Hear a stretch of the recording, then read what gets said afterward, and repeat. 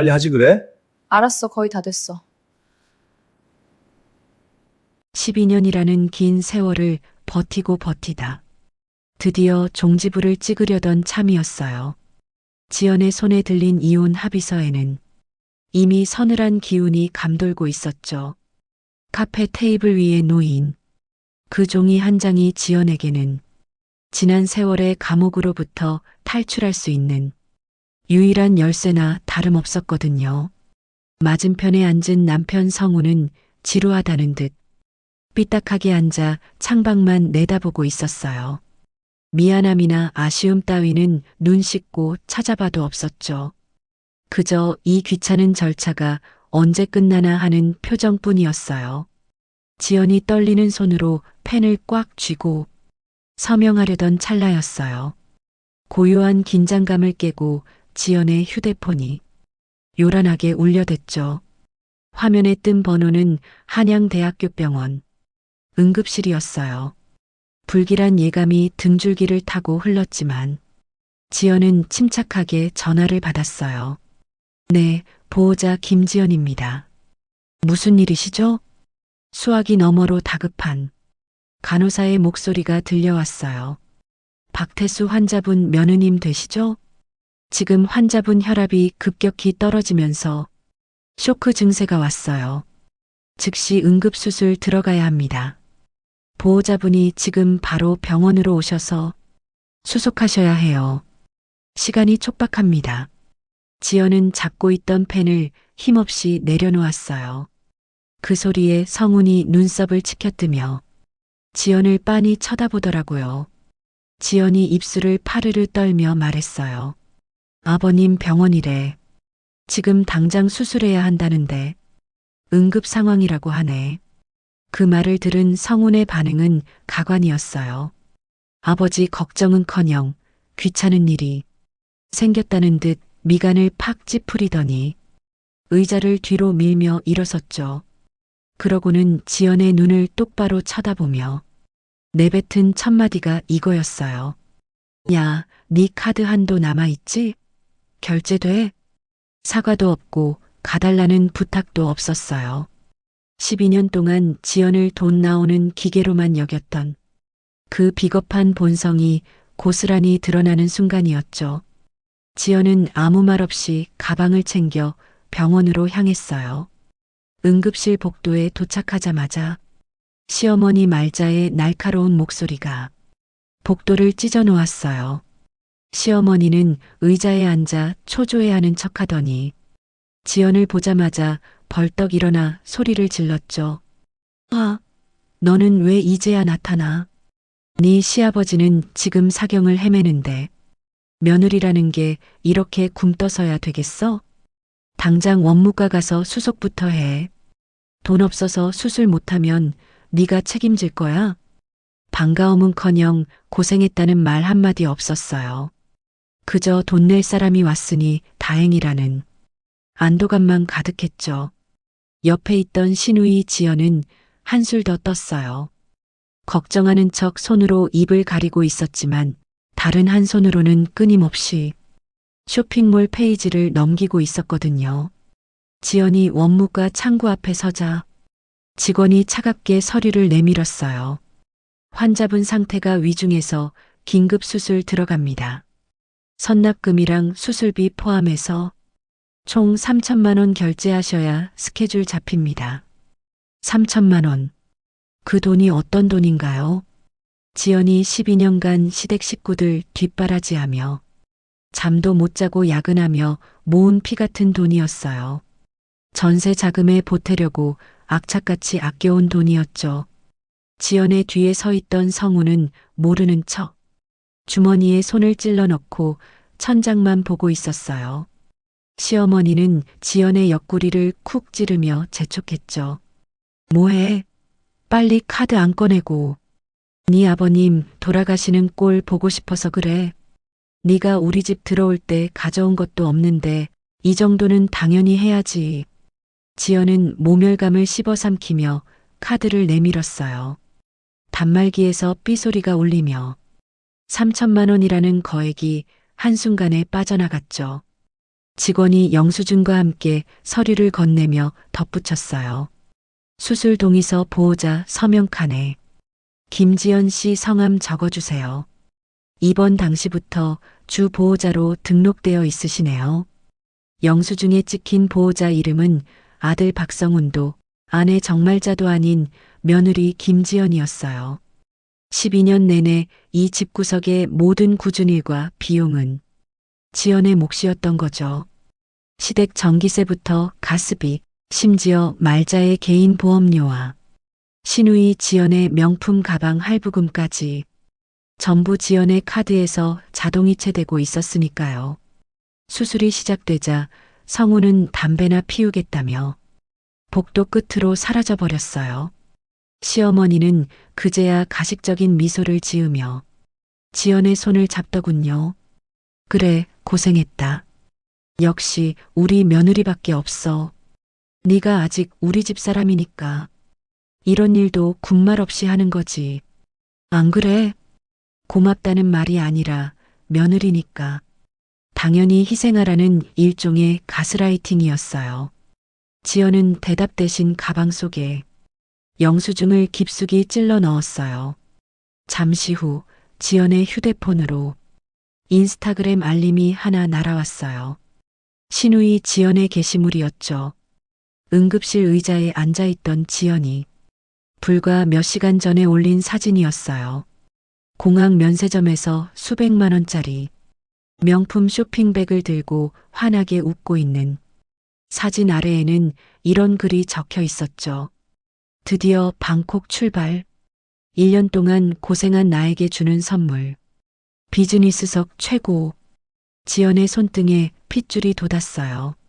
아버지가 쓰러졌다는 소식을 듣기 직전까지 시누이는 지연의 카드로 긁은 여행 경비로 호사를 누릴 계획이었던 거예요.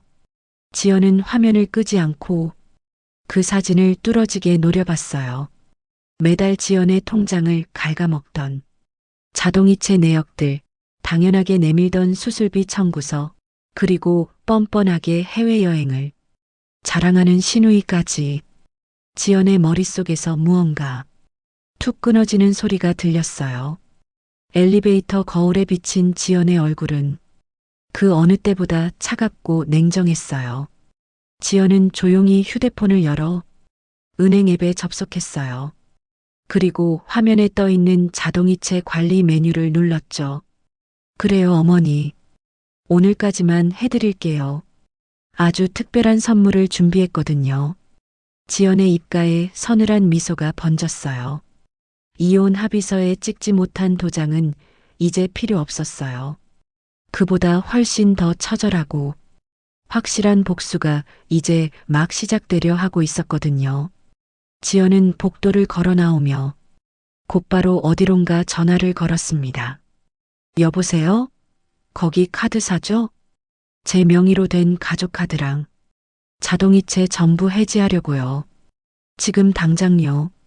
지연의 목소리는 단호했고 망설임 따위는 전혀 느껴지지 않았어요. 12년간 쌓인 울분이 거대한 해일이 되어 시댁 식구들을 덮칠 준비를 마친 순간이었죠. 병원 주차장은 기분 나쁠 정도로 고요했어요. 지하 2층 형광등 하나가 수명이 다했는지 지직거리며 깜빡이는 구석 자리에 지연은 차를 세워두고 핸들을 꽉 쥐었죠. 방금 원무과에서 긁은 3천만 원 영수증이 가방 안에서 괴물처럼 입을 벌리고 있는 것 같았어요. 지연은 등받이에 몸을 기대고 깊은 숨을 내뱉었죠. 머릿속이 하얗게 비워지는 기분이었어요. 슬픔도 눈물도 나오지 않았어요. 그저 12년 동안 이 집구석에 자동 출금기로 살아온 제 자신이 너무나 한심하게 느껴질 뿐이었죠. 지연은 차분하게 휴대폰을 꺼내 카드 앱을 열었어요. 화면에는 자동이체 관리라는 메뉴가 선명하게 보였죠. 손가락을 까닥일 때마다 12년 묵은 체증이 내려가는 듯한 항목들이 줄줄이 쏟아져 나왔어요. 시댁 전기세, 도시가스, 말자 명의의 실손보험과 암보험, 아파트 관리비, 그리고 신우이 지연이 제멋대로 쓰고 다니는 가족카드 정기 결제분까지 매달 지연의 통장에서 쥐도 새도 모르게 빠져나가던 금액을 합산해 보니 경악을 금치 못하겠더라고요. 월 420만 원. 이 돈을 내가 다 내고 있었다고? 지연의 입술이 파르르 떨렸어요. 남편 성우는 실적 수당이 들어오는 달에만 겨우 생색을 냈고 조금만 형편이 안 좋으면 너는 돈 잘 벌잖아라는 말 한마디로 모든 부담을 지연에게 떠넘겼거든요. 그 뻔뻔함이 당연하게 여겨졌던 세월이 지연의 목을 조르는 것 같았죠. 지연은 망설임 없이 해지 버튼을 누르기 시작했어요. 하나씩 아주 천천히 단 하나의 항목도 놓치지 않고 말이죠. 전기세 해지, 가스비 해지, 보험료 해지, 관리비 해지, 그리고 지연의 가족카드까지 완벽하게 정지시켰어요. 손가락이 화면을 누를 때마다 12년 동안 어깨를 짓누르던 무거운 돌덩이가 하나씩 떨어져 나가는 기분이었죠. 마지막 항목까지 완료하자 화면에는 자동이체 전체 해지가 완료되었습니다라는 문구가 차갑게 떴어요. 이제 니들끼리 잘 먹고 잘 살아봐. 그로부터 3시간이 지났을까요? 조용하던 휴대폰이 발광하듯 울려대기 시작했어요. 처음엔 남편 성훈이었죠. 1번, 2번, 5번. 지연은 조수석에 폰을 던져두고 차분하게 라디오에서 나오는 음악을 들었어요. 그러자 이번엔 시어머니 말자의 번호가 떴어요. 지연은 눈을 감고 그 소음을 즐겼죠. 부재중 알림이 쉴 새 없이 쌓여 99통을 기록했을 때 지연은 비로소 통화 버튼을 눌렀어요. 여보세요. 김지연, 너 지금 미쳤어? 네가 지금 무슨 짓을 한 거야? 지금 집안 전기가 다 끊기고 가스도 안 나온다잖아. 보일러도 안 돌아가서 집이 냉골이야. 이게 무슨 난리냐고. 말자의 목소리는 이미 이성을 잃은 고함이었어요. 하지만 지연은 아주 나긋나긋한 목소리로 대꾸했죠. 어머님, 저 오늘 제 명의로 된 자동이체 전부 해지했어요. 제 카드로 빠져나가던 돈이니까요. 뭐? 해지를 해? 네가 무슨 권리로 시댁 공과금을 끊어? 너 아직 우리 집 며느리야. 네 시아버지가 수술실에서 생사를 오가는데 며느리라는 게 이따위 폐륜을 저질러? 당장 다시 살려놔. 정말자는 전화통이 터져라 소리를 지르며 울분을 토해냈어요. 지연은 헛웃음을 삼키며 차갑게 쏘아붙였죠.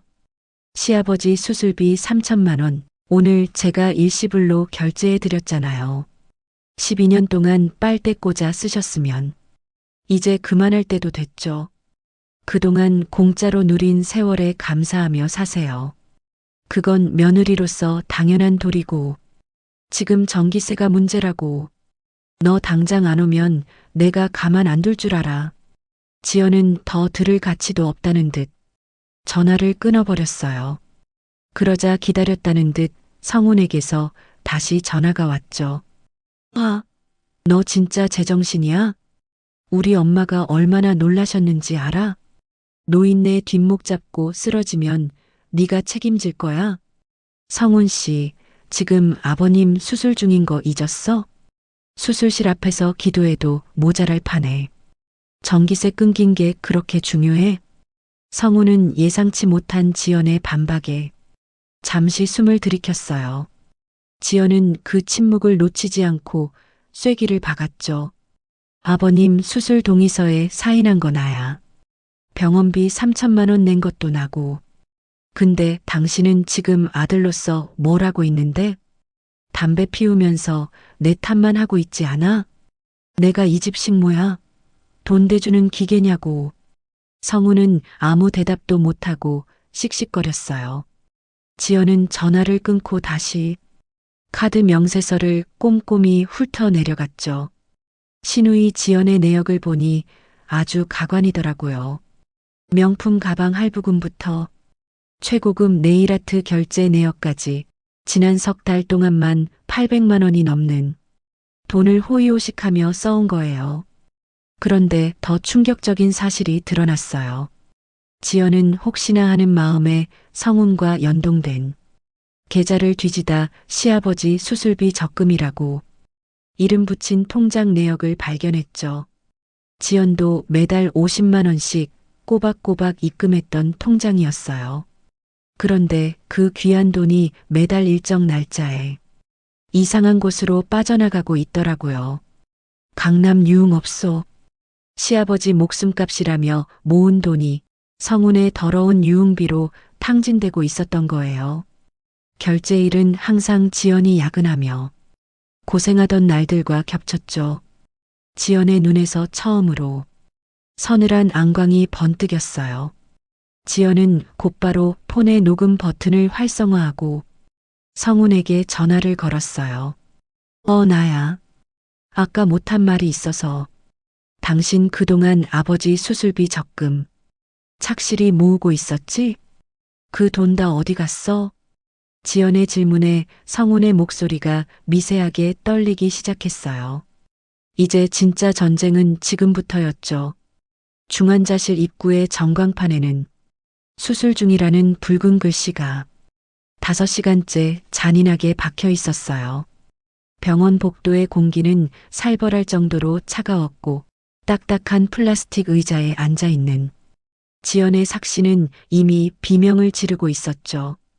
자판기에서 뽑은 종이컵 커피는 벌써 4잔째였지만 입안은 여전히 타들어가는 갈증으로 서글펐어요. 저 멀리 창가 쪽에서는 시어머니 말자가 묵주를 손에 쥐고 입술을 바르르 떨며 연신 중얼거리고 있었고 그 옆에 붙은 시누이 지연은 휴대폰 화면을 가리키며 무언가 속삭이고 있었어요.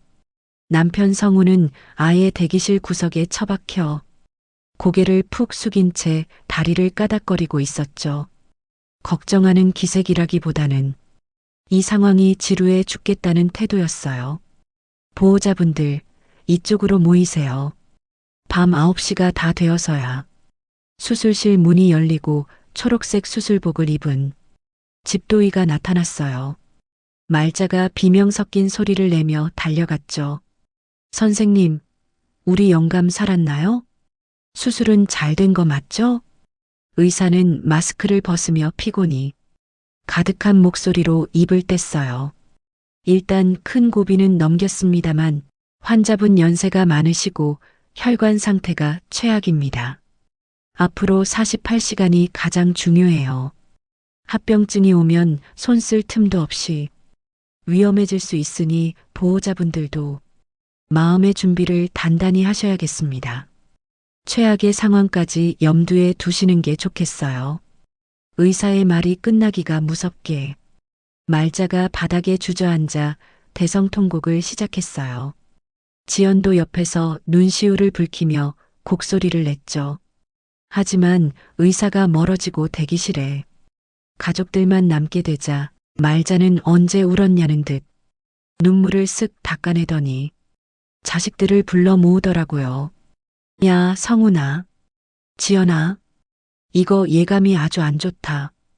의사 양반 말하는 꼴 좀 봐라. 저거 죽는다는 소리 아니냐? 혹시 모르니까 우리 장례식장도 미리 좀 알아봐야 하는 거 아니니? 나중에 닥쳐서 허둥대면 바가지 쓰고 돈만 더 깨진다더라. 아버지가 중환자실에서 호흡기에 의지해 간신히 숨을 몰아쉬고 있는데 아내라는 사람의 입에서 가장 먼저 나온 말은 장례 비용 걱정이었어요. 시누이 지연이 눈을 반짝이며 맞장구를 쳤죠. 맞아요, 엄마. 강남 쪽 큰 병원은 빈소 예약 잡기도 하늘의 별 따기래요. 지금 미리 견적 뽑아두는 게 상책이에요. 오빠, 요즘 장례비 기본이 얼마야? 조문객 대접하고 하면 3천은 우습게 깨진다는데. 성훈이 한숨을 푹 내쉬더니 지연 쪽을 힐끗 쳐다봤어요. 돈이 문제지. 내가 지금 수중에 여유가 없어서 말이야. 야, 김지연. 너 듣고 있지? 네가 우리 집에서 형편이 제일 나으니까 이번 장례도 네가 좀 알아서 해라. 며느리가 이럴 때 힘 좀 써야지. 우리가 무슨 돈이 있겠어? 아까 수술비도 네가 냈으니까 이어서 네가 총대 좀 매라. 지연은 대답 대신 가방에서 서류 봉투 하나를 꺼냈어요.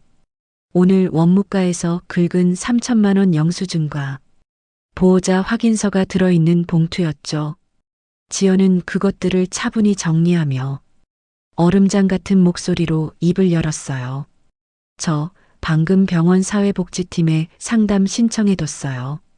아버님 병원비랑 앞으로 들 치료비, 그리고 혹시 모를 장례 비용까지 나라에서 지원받을 수 있는 제도가 있는지 확인해 보려고요. 무작정 제 카드로 긁는 건 오늘이 마지막입니다. 그 말을 듣자마자 말자가 얼굴을 시뻘겋게 붉히며 버럭 소리를 질렀어요. 뭐? 사회복지팀? 아, 너 지금 우리 집안 망신시키려고 작정했어? 남부끄럽게 우리 집 사정을. 왜 그런 데다 다 떠벌려? 돈 몇 푼 아끼자고 소문낼 일 있어? 그냥 네가 내면 될 거 아니야. 그 정도 돈도 없어? 지연은 기가 차서 헛웃음이 나왔어요. 어머님, 제 돈은 땅 파서 나오나요? 저도 직장 생활하면서 12년 동안 이 집구석에 쏟아부은 돈만 수억이에요. 더 이상은 제 개인 자산으로 감당 못해요. 나라 지원받으려면 아버님 재산이랑 가족들 금융 내역 다 까야 한다니까 그렇게 하세요. 이게 어디서 말대꾸야. 너 아직 내 며느리야. 네 시아버지가 사경을 헤매는데 돈 아까워서 벌벌 떨어? 너 참 무서운 애구나.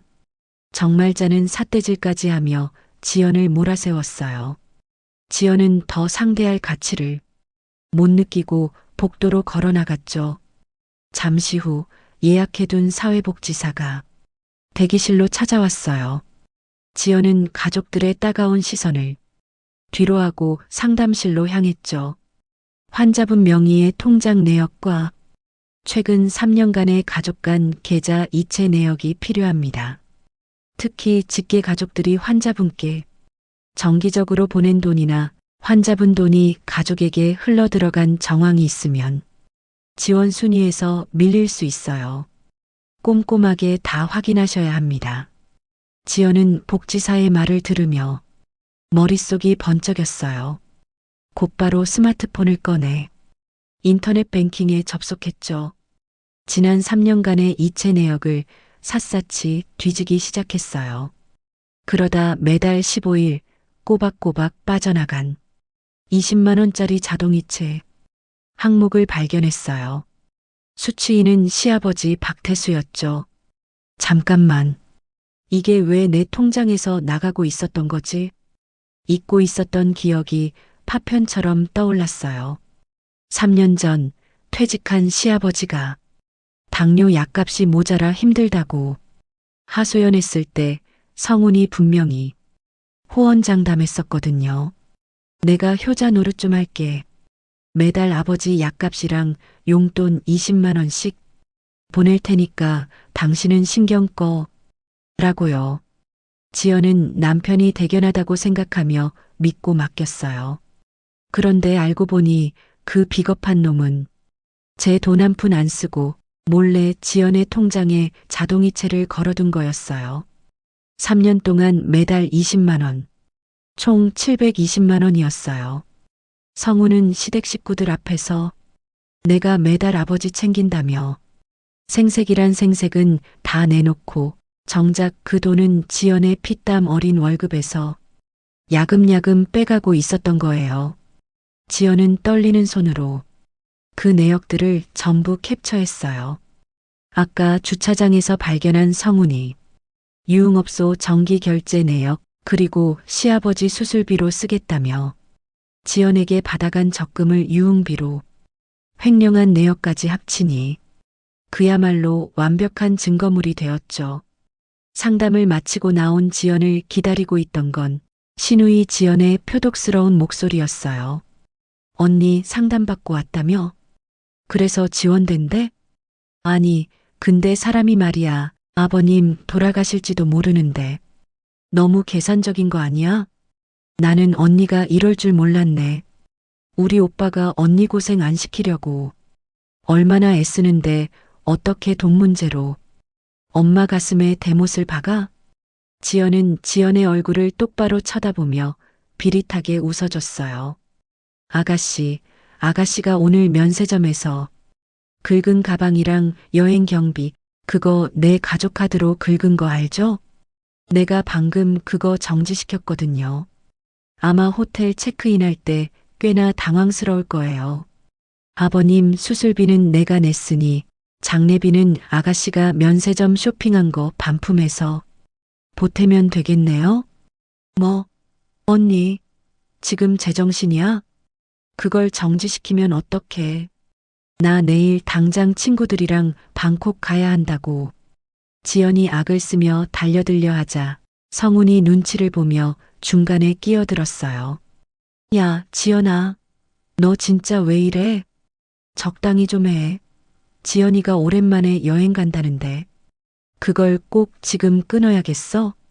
우리 아버지가 알면 통곡하시겠다. 성훈 씨, 당신이 통곡할 일이 하나 더 있는데 들어볼래? 당신이 내 통장에서 몰래 빼돌린 아버지 약값 720만 원, 그리고 아버지 수술비 적금 깨서 룸살롱 들락거린 내역들. 내가 이거 다 들고 지금 경찰서 갈까? 아니면 이혼 법정 갈까? 지연의 말에 성훈의 얼굴이 순식간에 흙빛으로 변했어요. 입을 뻥긋거리며 아무 말도 못하더군요. 말자는 옆에서 이게 다 무슨 소리냐며 발광을 했지만 지연은 이미 그들을 사람 취급하지 않기로 했어요. 어머님 잘 들으세요. 아버님 살아계시는 동안은 제가 결제한 3천만 원으로 버티세요. 하지만 그 이유는 알아서 하세요. 장례식장이요? 가장 싼 데로 알아보시든가 아니면 금지옥 옆 아끼는 그 아들 유흥비 환불받아서 치르시든가요. 지연은 가방을 어깨에 고쳐매고 뒤도 돌아보지 않은 채 병원 복도를 걸어 나갔어요. 뒤에서 말자의 욕설과 지연의 비명, 그리고 성훈의 다급한 외침이 들려왔지만 지연의 발걸음은 그 어느 때보다 가벼웠죠. 12년간의 지옥 같은 헌신은 오늘로 끝이었어요. 지연의 손에는 이미 승리의 패가 쥐어져 있었고 이제 남은 건 그들을 나락으로 떨어뜨릴 마지막 한 수뿐이었거든요. 지연은 병원 로비를 빠져나오며 이혼 전문 변호사에게 메시지를 보냈어요. 증거 수집 완료했습니다. 내일 아침 제일 이른 시간으로 상담 예약 잡아주세요. 한 푼도 남김없이 다 뜯어낼 겁니다. 밤하늘은 어두웠지만 지연의 눈앞은 그 어느 때보다 선명하게 빛나고 있었어요. 통쾌한 복수의 서막이 이제 막 올랐으니까요. 다음 날 아침 병원으로 가기 전 지연은 서늘한 공기가 감도는 지하 주차장으로 내려갔어요. 성우는 어젯밤 술에 절어 거실 소파에서 코까지 골며 잠들었지만 지연의 머릿속은 그 어느 때보다 말짱하게 깨어 있었죠. 지연은 떨리는 손을 진정시키며 성훈의 차 문을 열었어요. 12년 동안 단 한 번도 의심하지 않았던 남편의 블랙박스 메모리 카드를 꺼내는 데는 채 2분도 걸리지 않았어요. 그동안 접대다 야근이다라며 뻔뻔하게 내뱉던 그 모든 말들이 이 작은 칩 안에 담겨 있다고 생각하니 손끝이 차갑게 식어갔죠. 노트북 앞에 앉아 파일을 열자마자 지연은 헛웃음을 터뜨리고 말았어요. 날짜별로 정렬된 영상들은 지연이 그토록 믿었던 남편의 민낯을 가감없이 보여주고 있었거든요. 매주 목요일 성우는 회사로 출근한다는 거짓말을 남긴 채 강남이 한 호텔로 향하고 있었어요. 영상 속에서 성우는 익숙한 듯 호텔 발렛 파킹을 맡기고는 입구에서 기다리던 젊은 여자와 팔짱을 끼고 안으로 사라졌죠. 지연이 야근하며 시댁 공과금을 메우고 있을 때 성우는 호텔 로비에서 그 여자와 낄낄거리고 있었던 거예요. 지연은 차갑게 식은 눈으로 카드 명세서를 다시 훑었어요. 이번엔 지연의 명의가 아닌 성운의 개인명의 카드였죠. 호텔 결제 내역이 매주 목요일마다 일정한 금액으로 찍혀 있더라고요. 그런데 더 기가 막힌 건 따로 있었어요. 관리비라는 명목으로 매달 150만 원씩 특정 계좌로 송금된 내역이었죠.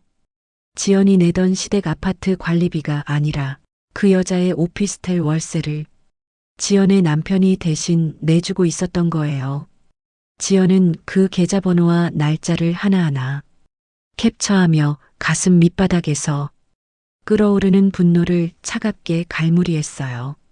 성훈 씨, 당신 정말 끝까지 가는구나. 내 피 같은 돈으로 딴 살림을 차려? 지연이 독백처럼 내뱉는 순간 안방에서 성훈이 부스스한 모습으로 나왔어요. 성훈은 지연이 뭘 하고 있는지 꿈에도 모른 채 냉장고에서 물을 꺼내 마시며 뻔뻔하게 말을 걸어왔죠. 어디 갔다 왔어? 아, 나도 좀 이따 병원 갈게.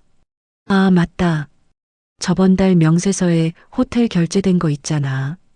그거 우리 팀장이 접대해야 한다고 해서 어쩔 수 없이 내 카드로 긁은 거야.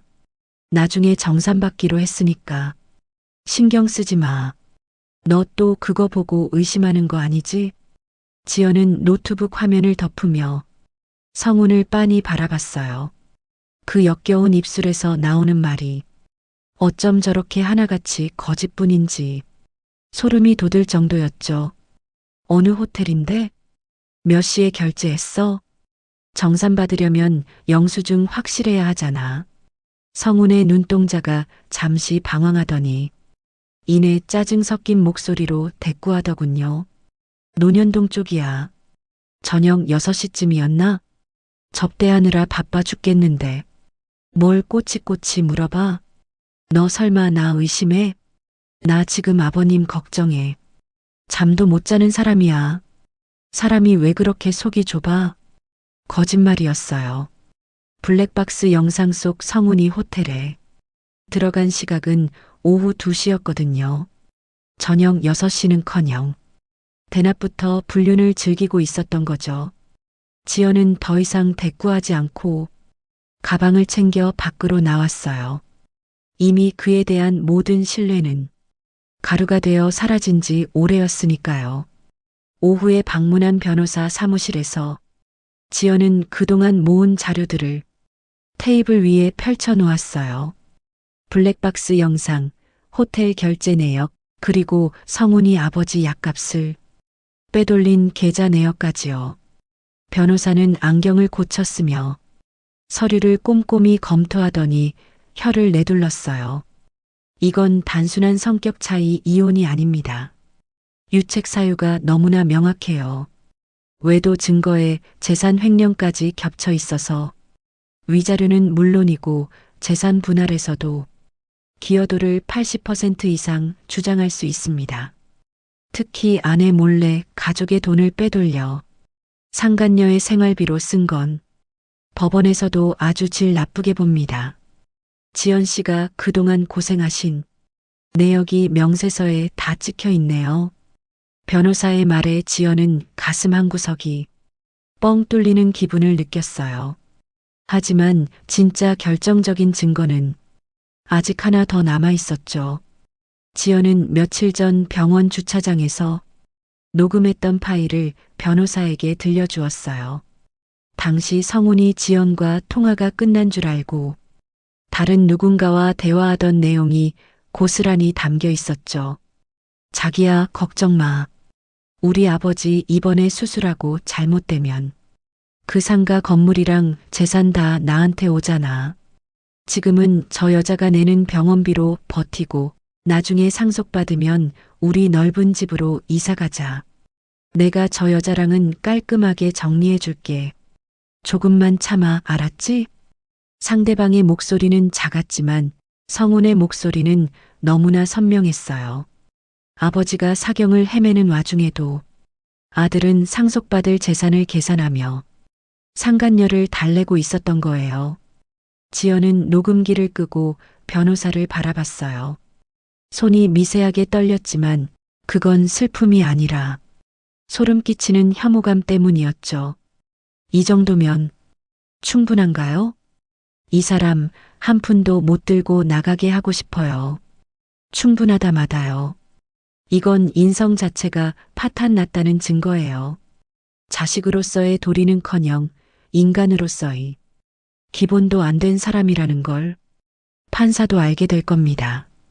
지연 씨, 이제 걱정하지 마세요. 이 사람 빈털터리로 쫓겨나게 해드릴게요. 오히려 그동안 지연 씨가 낸 공과금이랑 생활비까지 역으로 청구할 수 있습니다. 지연은 변호사 사무실을 나오며 하늘을 올려다봤어요.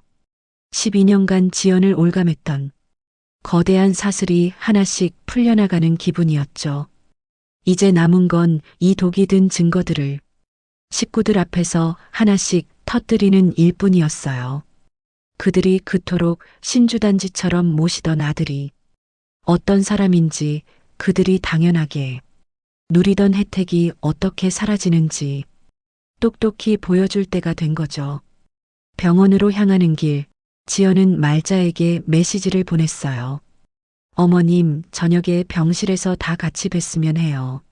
아버님 상태랑 앞으로의 거취에 대해서 제가 드릴 말씀이 아주 많거든요.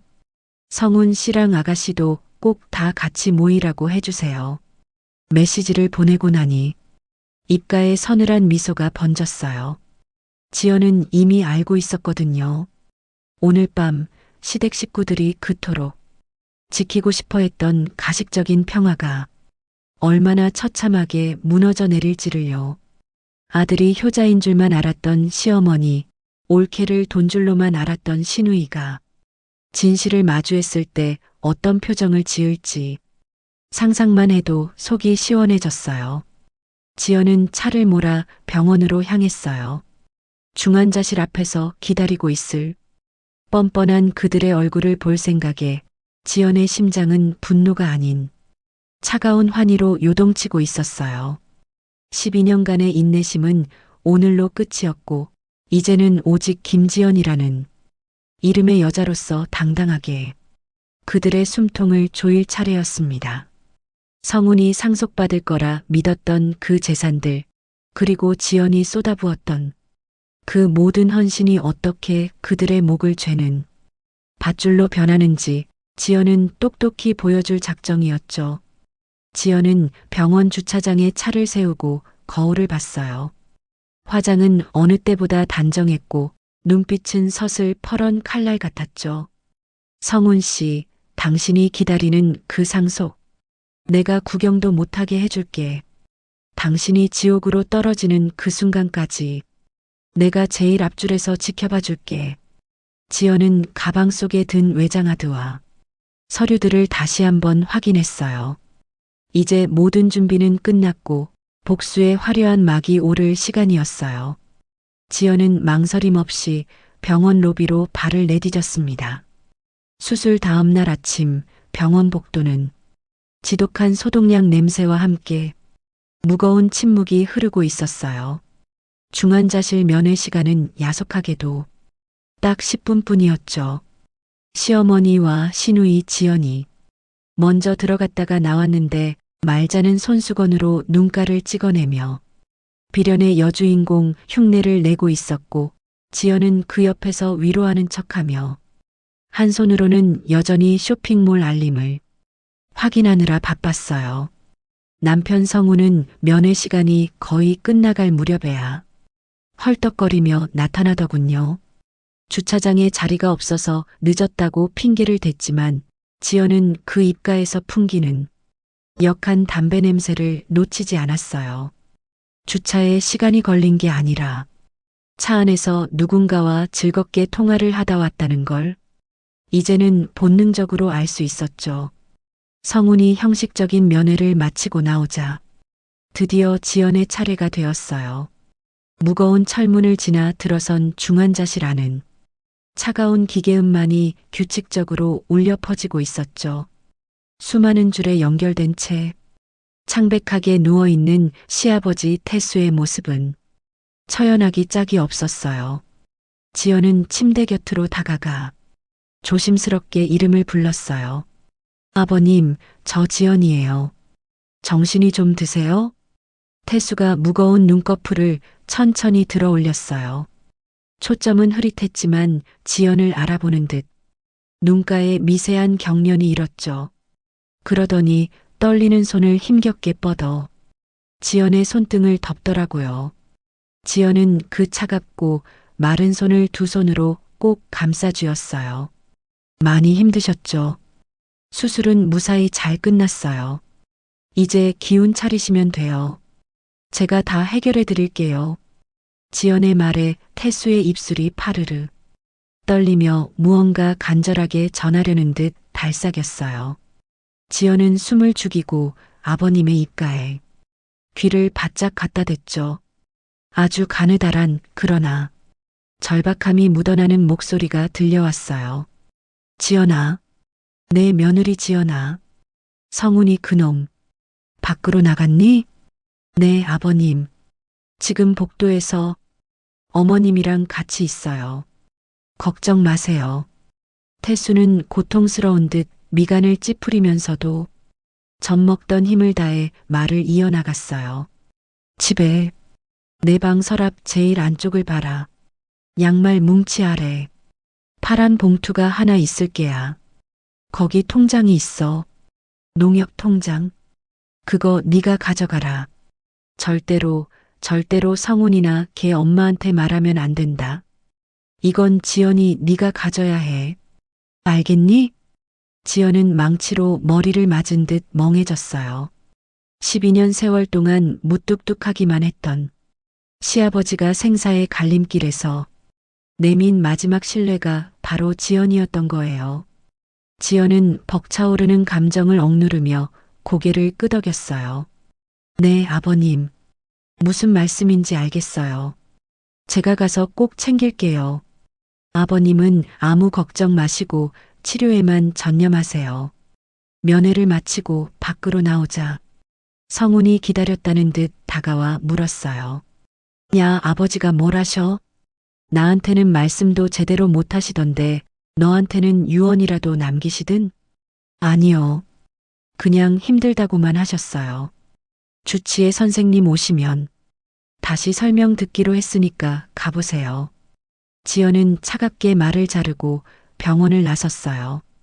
가슴속에 박힌 아버님의 그 간절한 부탁이 지연을 서두르게 만들었죠. 지연은 곧장 시댁으로 향했어요. 말자와 지연은 병원 근처 맛집에서 점심을 먹는다고 했고 성우는 회사에 급한 일이 생겼다며 사라졌으니 지금이 기회였죠. 비어있는 시댁 아파트에 들어선 지연은 시아버지의 방으로 달려갔어요.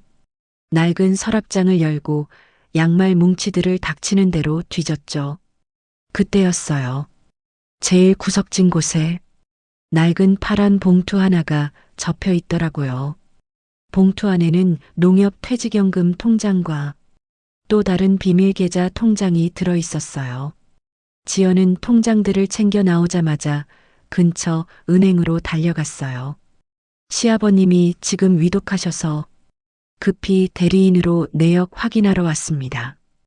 은행 창구 직원이 내역을 출력해 지연에게 건네주었을 때 지연의 눈은 경악으로 가득 찼어요. 시아버지의 퇴직연금이 매달 들어오기 무섭게 누군가에 의해 푼돈으로 쪼개져 인출되고 있었거든요.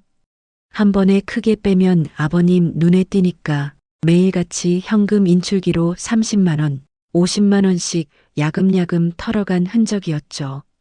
지연은 차오르는 분노를 억누르며 인출 기록 열람을 신청했어요.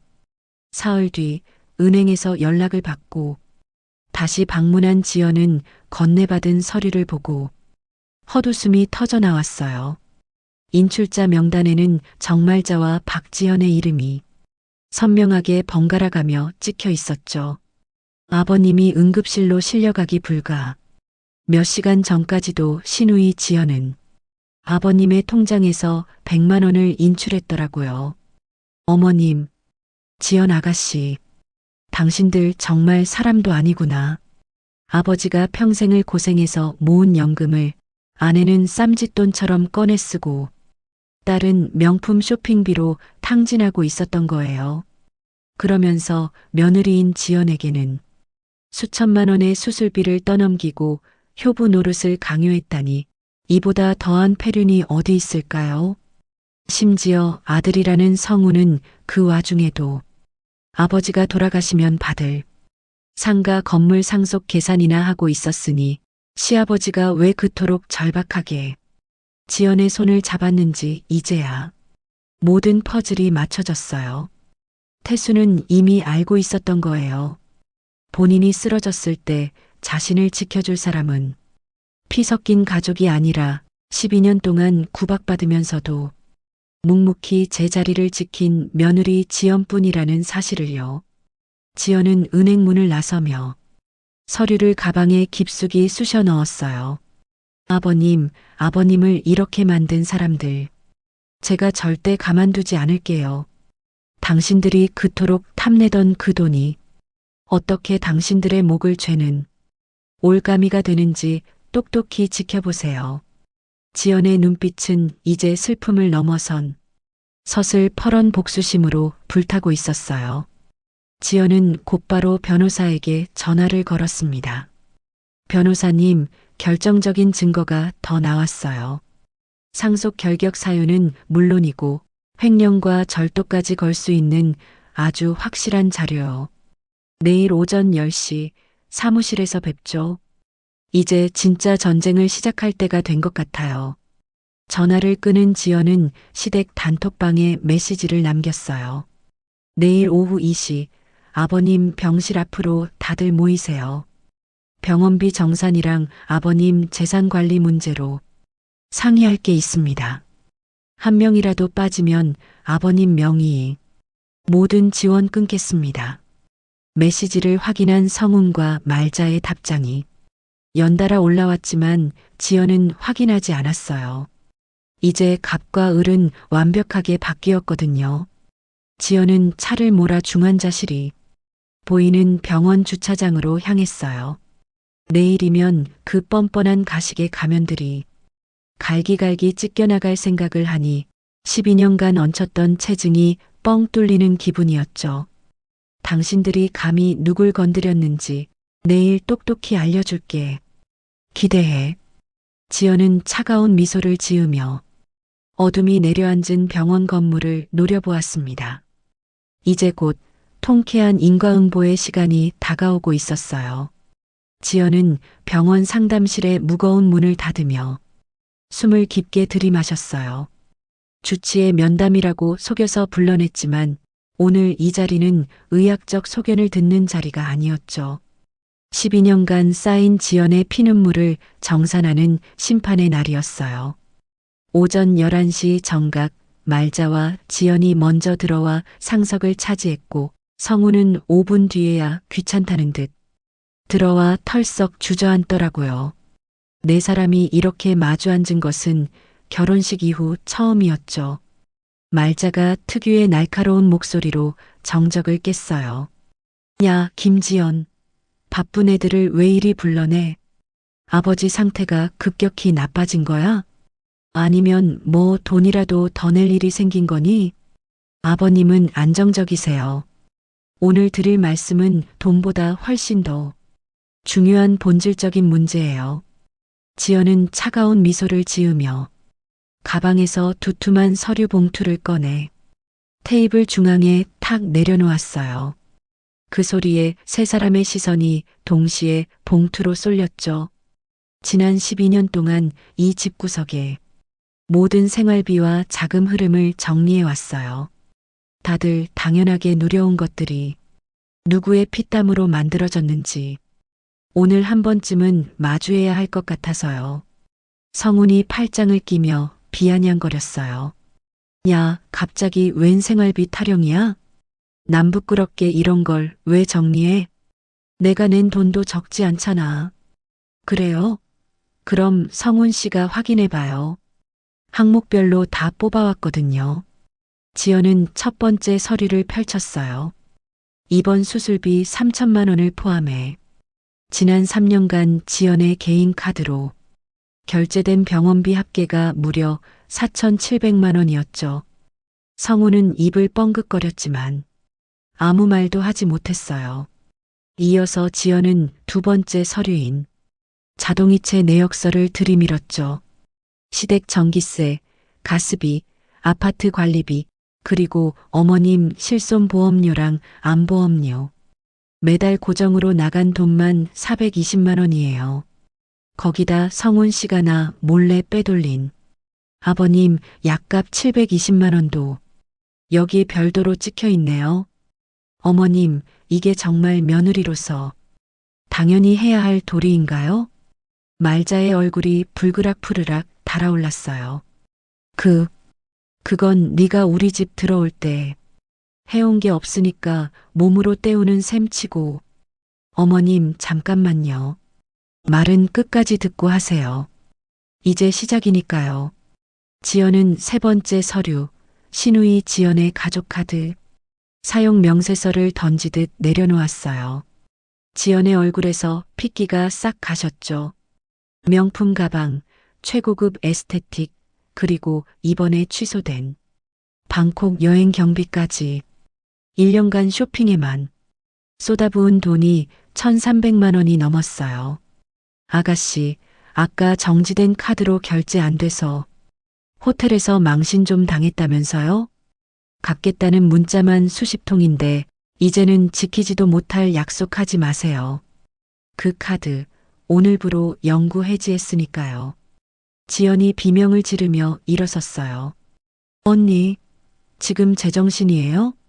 할부금이 산더미인데 그걸 정지시키면 어떡해.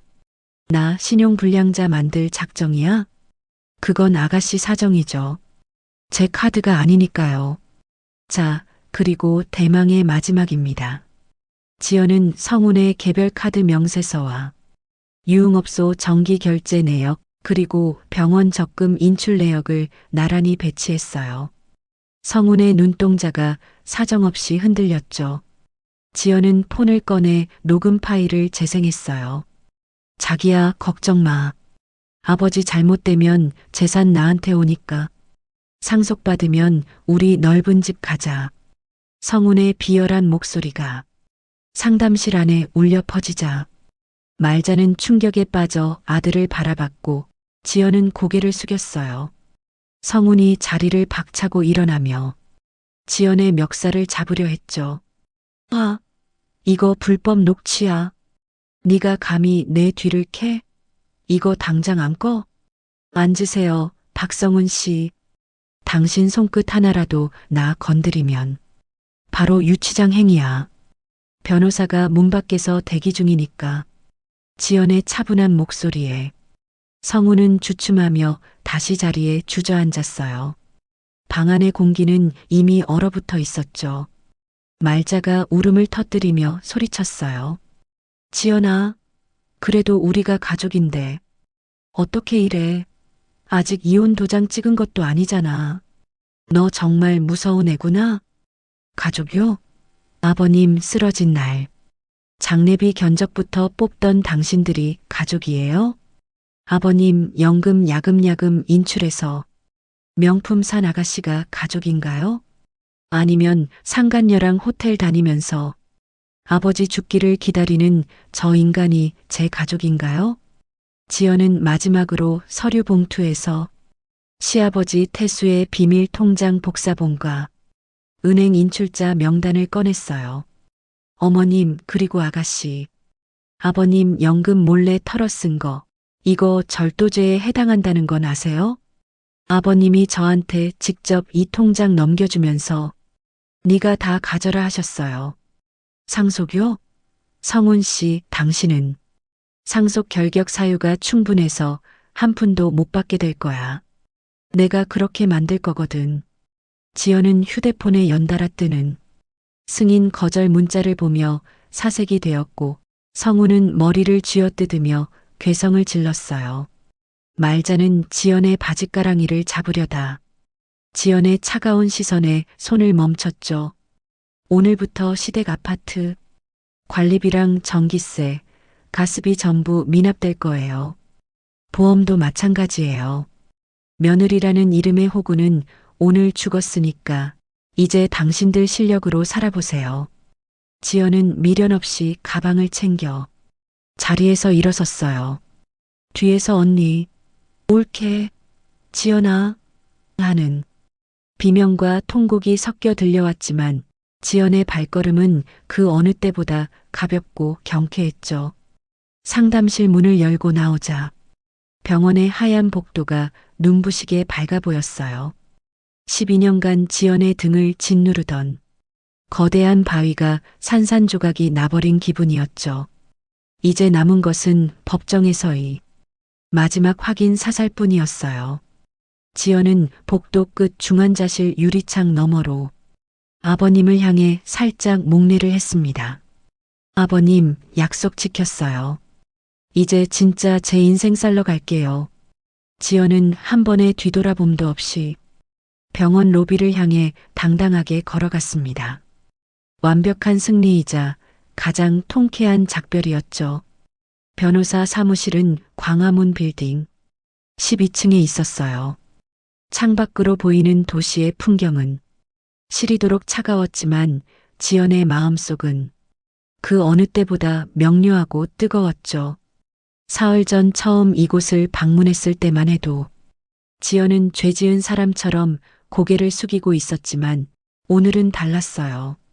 가방에서 서류 뭉치를 꺼내 테이블에 올려두는 지연의 손길에는 망설임 없는 단호함이 서려 있었죠. 변호사가 안경을 고쳤으며 지연이 가져온 가족회의 녹취록과 추가 증거들을 검토하더니 혀를 내둘렀어요. 진행하신 그 가족회의가 정말 신의 한 수였네요. 상대방의 반응을 보니 유책 사유를 부인하기는커녕 본인들의 뻔뻔함을 스스로 입증한 셈이에요. 특히 신우이의 카드 부정 사용과 남편의 상속 관련 발언은 법정에서 아주 유리하게 작용할 겁니다. 지연 씨, 이제는 우리가 공세로 나갈 차례예요. 지연은 차분하게 메모장을 펼치며 변호사의 말을 경청했어요. 이혼 합의서에서 제가 가장 확실하게 챙겨야 할 부분이 무엇인가요?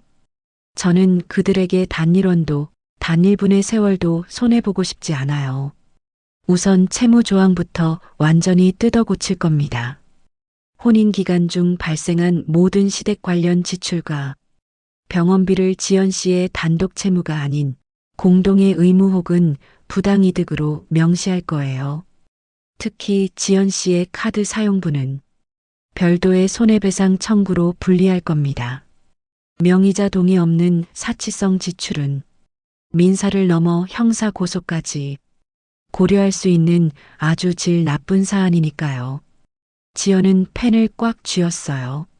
12년 동안 그들이 당연하게 긁어대던 그 카드 결제 문자음이 환청처럼 들리는 듯했죠. 변호사가 이어서 가장 중요한 대목을 짚어줬어요. 가장 핵심은 어제 결제하신 병원비 3천만 원입니다. 이걸 합의서에 일시지원금으로 명문화할 거예요.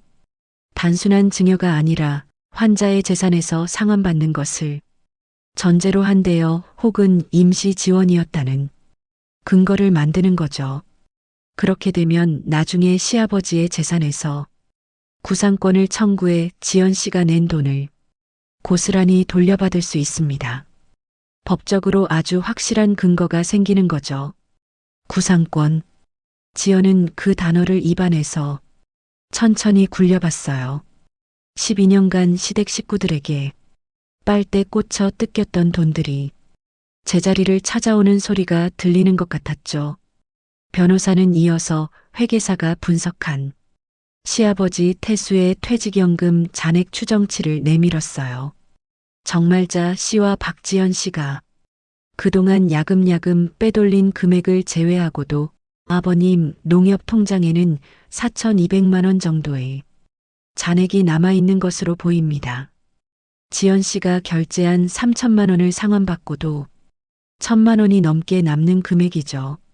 아버님이 직접 지연 씨에게 통장을 건넸다는 증언과 정황이 있다면 이 돈은 지연 씨가 우선적으로 확보할 수 있습니다. 지연은 서류를 내려다보며 깊은 숨을 내쉬었어요. 중환자실에서 박태수가 떨리는 손으로 전했던 그 파란 봉투의 의미가 이제야 법적인 힘을 얻고 있었어요. 아버님은 자신의 아들과 아내의 탐욕을 이미 예견하고 마지막 남은 자산만큼은 이 집안에서 유일하게 제정신인 며느리 지연에게 맡기려 했던 것이었죠. 사무실을 나와 엘리베이터를 기다리는데 남편 성훈에게서 전화가 왔어요. 지연은 망설임 없이 통화 버튼을 눌렀죠. 나야. 너 지금 변호사 만난 거야? 야, 김지연. 우리 엄마가 지금 집에서 뒷목 잡고 쓰러지기 일보 직전이야. 너 정말 이렇게까지 잔인하게 굴어야겠어? 12년 정이 있는데 어떻게 이래? 잔인하다니요. 12년 동안 당신들 뒤처리하며 식모처럼 살았던 내 세월보다 더 잔인할까? 성훈 씨, 당신이 상간녀랑 호텔 다니면서 내 카드로 긁은 밥값, 그리고 아버지 상속금, 계산하던 그 추악한 입술에 비하면 이건 시작도 안 한 거야. 그건 사람끼리 나누는 거지. 당신 같은 괴물이랑 나누는 게 아니야. 성훈이 당황한 듯 목소리를 낮추며 구질구질하게 회유하기 시작했어요. 야, 조용히 끝내자. 전세보증금 반환은 또 뭐야? 그 돈 지금 당장 빼면 나는 어디서 살아? 우리 엄마랑 지연이는 길바닥에 나 앉으라는 소리야? 너 정말 피도 눈물도 없구나. 길바닥에 앉든 호텔 로비에 앉든 그건 당신 사정이지. 전세 보증금의 70%는 내 피 같은 연봉이랑 우리 친정에서 해준 돈이야. 소송 들어가면 당신 유흥비 지출 내역 때문에 기여도는 바닥을 칠 텐데 그래도 법정까지 가서 망신 당할래? 아니면 지금 순순히 내 돈 내놓고 꺼질래? 성우는 대답하지 못하고 씩씩거리더니 전화를 뚝 끊어버렸어요. 지연은 미련 없이 휴대폰을 가방에 넣었죠. 엘리베이터 문이 열리고 밖으로 나오자 이번엔 시어머니 말자의 전화가 빗발쳤어요. 지연은 녹음 버튼을 누르고 차분하게 전화를 받았죠. 이 독한 년아. 며느리가 어떻게 시어머니를 소송하네. 만에 협박을 해. 세상 천지에 이런 법이 어딨어. 당장 취소 안 해? 너 내가 친정에 전화해서 다 까발릴 줄 알아. 어머님, 협박이 아니라 정당한 권리 행사예요. 친정에 전화해 보세요. 아버님 통장에서 돈 빼서 명품 사고 여행 다닌 아가씨 얘기 들으면 우리 부모님이 참 좋아하시겠네요. 아버님 통장에서 몰래 인출하신 내역 제가 다 뽑아둔 거 잊으셨어요? 그거 절도죄로 고소하기 전에 입 다무세요. 그건 영감이 알아서 쓰라고 한 거야. 내 영감 돈을 내가 쓰는데 네가 무슨 상관이야. 그럼 그 부분은 법정에서 판사님한테 설명하시죠. 아버님 의식이 돌아오시면 직접 증인으로 세울 수도 있으니까요. 참고로 아버님 상태가 좋아지고 계셔서 조만간 직접 말씀하실 수 있을 거예요. 그때도 영감이 시켰다고 하실 건가요?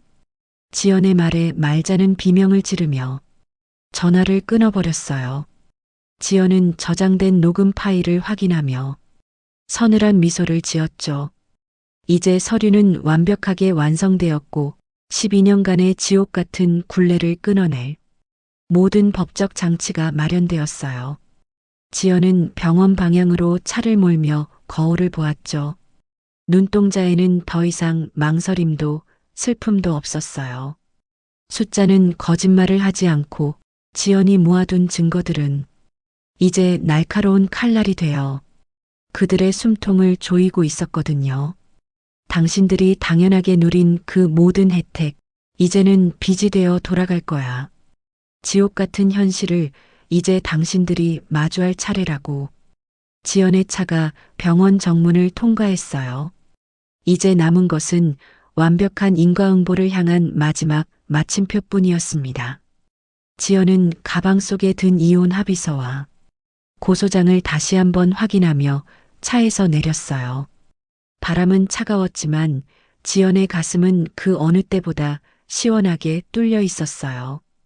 태수가 중환자실의 기계 소음과 차가운 공기를 뒤로하고 일반 병실로 옮겨진 건 수술 열흘 뒤였어요. 지연이 병실 문을 열고 들어섰을 때 아버님은 창밖에 희미한 햇살을 받으며 침대에 기대 앉아 계셨죠.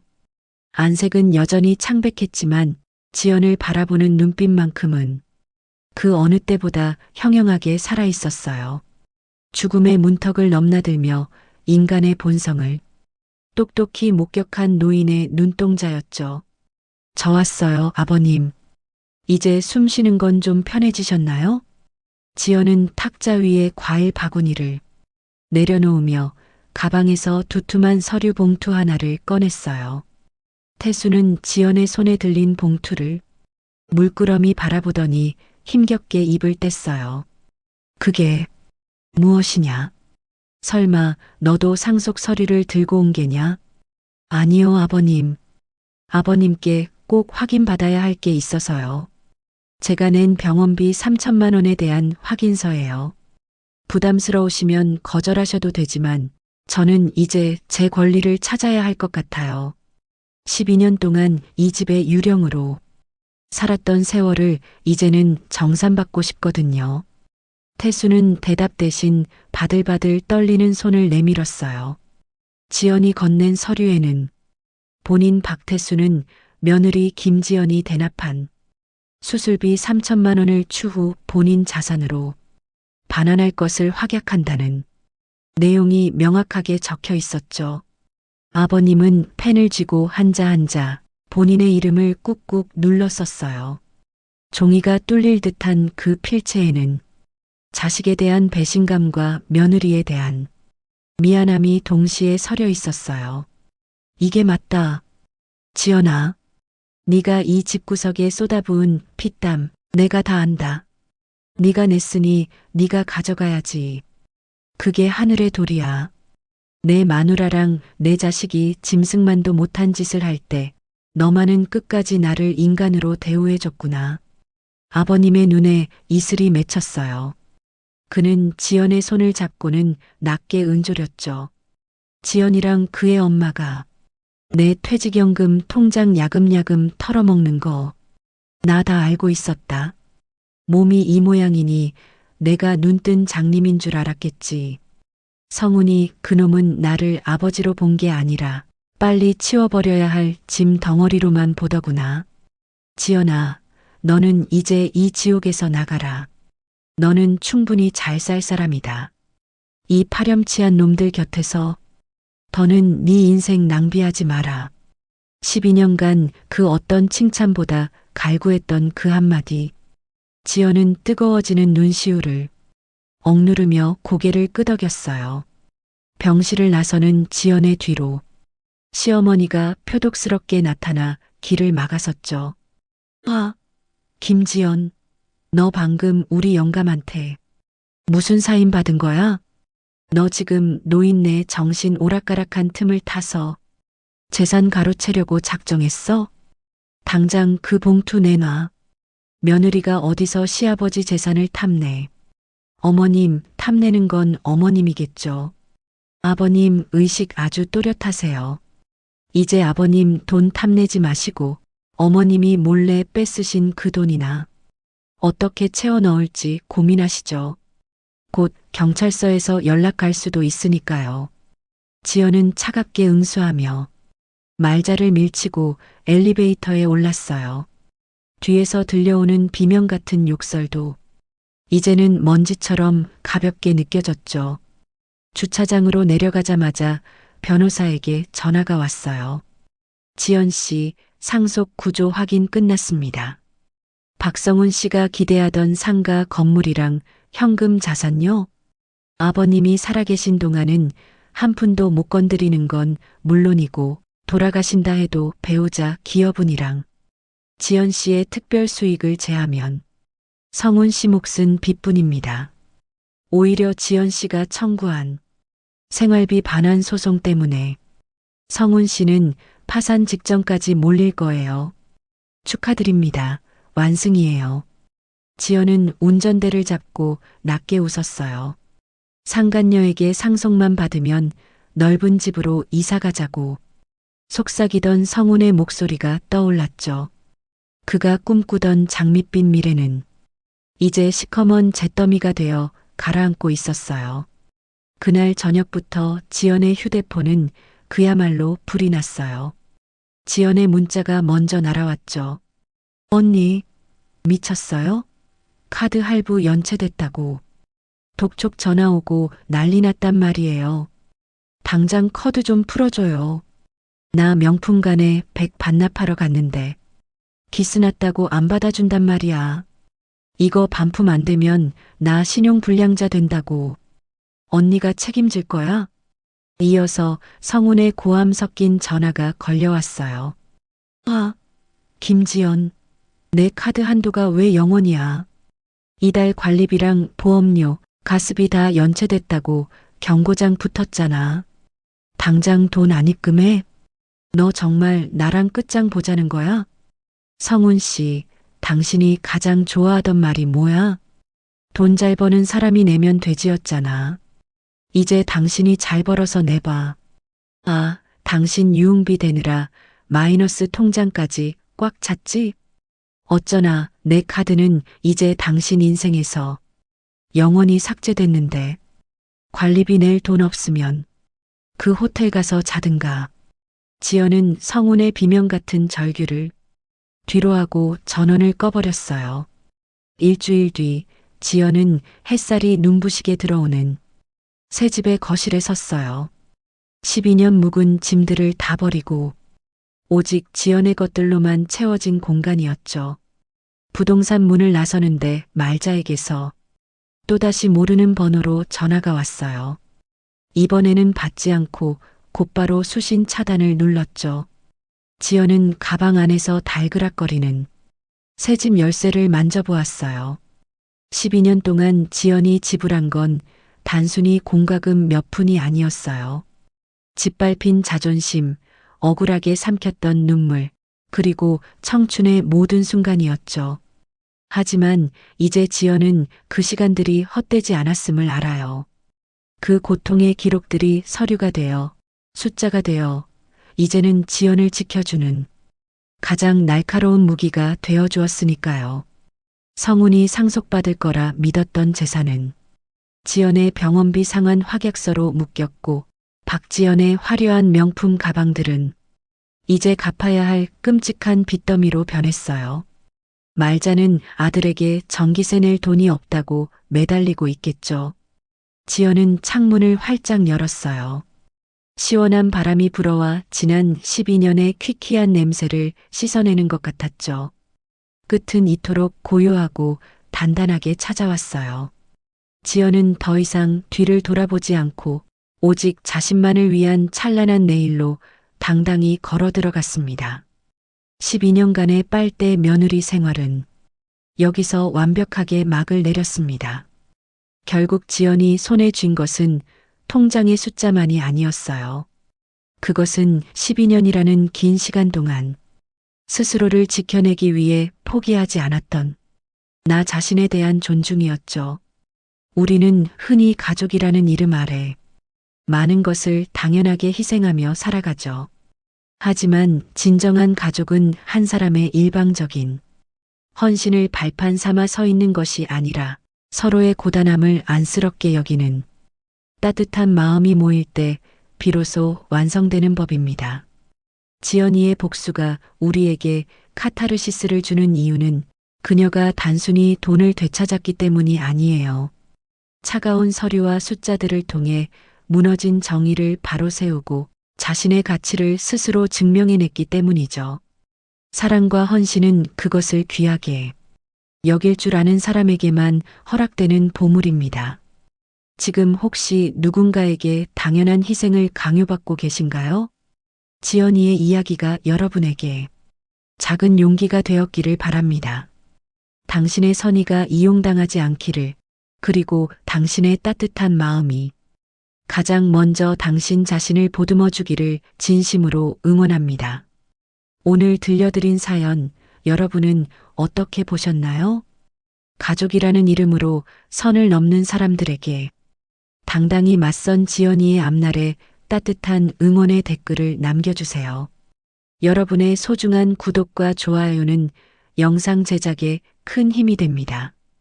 다음번에도 통쾌한 사연으로 뵐게요. 오늘도 사연 숙력 캠프의 긴 이야기 끝까지 들어주셔서 감사합니다. 여러분의 삶에도 기분 좋은 일들이 가득하시길 진심으로 기도하겠습니다.